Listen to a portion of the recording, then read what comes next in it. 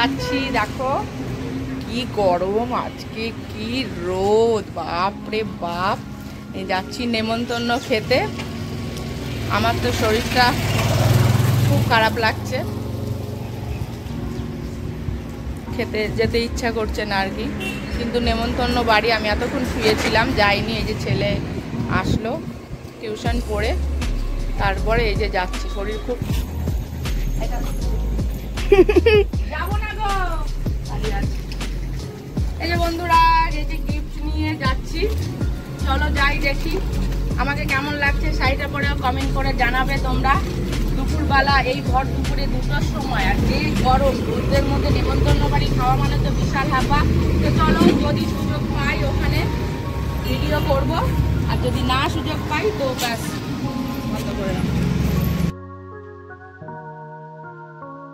তো পৌঁছেই দেখছি যে সবাই খাওয়ার টেবিলে বসে পড়েছে, আমাদেরকেও বসে পড়তে বললো। ছাদে দেখেছো কত সুন্দরভাবে প্যান্ডেলটা হয়েছে। প্যান্ডেল তো কিছুই না, ছাদটাই পুরো অনেকটা বড়, চারিপাশে খোলামেলা জায়গা। তো যখনই এদের বাড়িতে কোনো অনুষ্ঠান হয় এই ছাদেই খাওয়া দাওয়ার ব্যবস্থা হয়, আর খুব ভালো লাগে। এই যে এত গরম তার মধ্যেও কিন্তু খুব রিলিফ লাগছে। কেন যে চারপাশটা একদম খোলামেলা, আর চারিদিকে ফ্যান দিয়ে দিয়েছে। আমরা তো ফ্যানের মতন মানে হাওয়া লাগবে সেরকম ভেবে একটা জায়গা করে বসলাম, পজিশন ভেবে। তো আমার ছেলে তো এখানে বকেই যাচ্ছে, ও যেহেতু ফ্যানের দিকে বসতে পারেনি, এই পাশে বলছে এই পাশে। আমার দিকে ওর বসার ইচ্ছে ছিল। তাই যাই হোক, দেখো খেতে দিয়েও দিয়েছে। খাবার দাবার এত সুস্বাদু হয় এখানকার রান্না, মানে এই বাড়িতে যতবার আমি খেতে এসেছি মানে ততবার দেখেছি রান্না সে একই রকম সুস্বাদু, কোনো রকম রান্নার কোনো হেরফের হয় না। এত গরমেও অনেক রকম পদ রান্না হয়েছিল।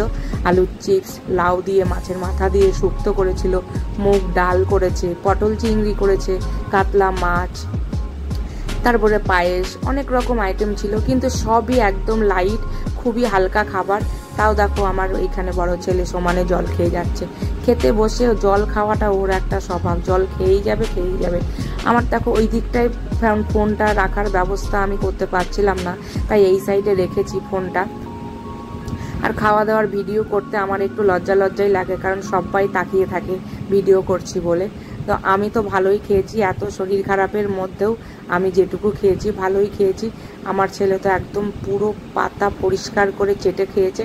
আমি কিছুটা ভাত নষ্ট করে ফেলেছি, কেননা খেতে বলেছিলাম আগেই আমার শরীরটা খুব খারাপ লাগছিল, তার জন্য আমি খেতেও পারিনি। এত ভালো খাবার দাবার হয়েছিল।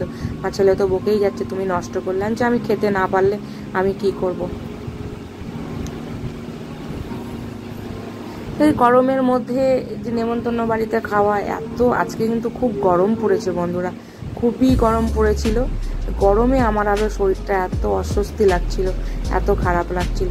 এই গরমে তোমরা সবাই কিন্তু বেশি করে জল খেও, সবাই সুস্থ থেকো, ভালো থেকো। গরমে প্রয়োজন না পড়লে কিন্তু কেউ বাড়ির বাইরে বেরিয়েও না বন্ধুরা। তাই খাওয়া দাওয়া দেখো কমপ্লিট করে আমার তো শরীরটা খারাপই লাগছিল, কারণ আমার মনে হচ্ছে কতক্ষণে বাড়ি যাব, বাড়ি গিয়ে আমি একটুখানি বিশ্রাম নেব। তো এদিকে খাওয়া দাওয়া করে এসে দেখছি ও বাবা, আরেকজন এখানে এসে খেতে বসে পড়েছে। সে তো নিরামিষ পার্টি, আমাদের সাথে আমিষের আইটেমে তো সে বসবে না।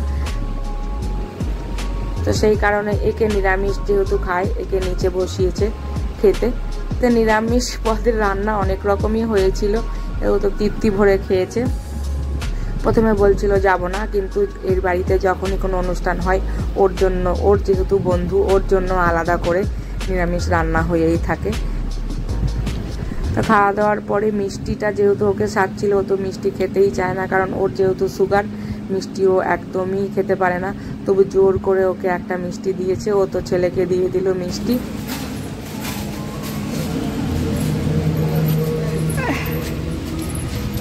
খাওয়া দাওয়া হয়ে গেল, পেট ঠেসে খেয়েছি। বাবা এই গরমে কি খাওয়া যায়। আজকের ব্লগটা এখানেই শেষ করলাম। সবাই ভালো থেকো, সুস্থ থেকো। খাওয়া দাওয়ার ব্লগটা আজকে গরমে আর অস্থির লাগছে, বাড়ি গিয়ে শোবো। সবাই ভালো থেকো, সুস্থ থেকো, টাটা।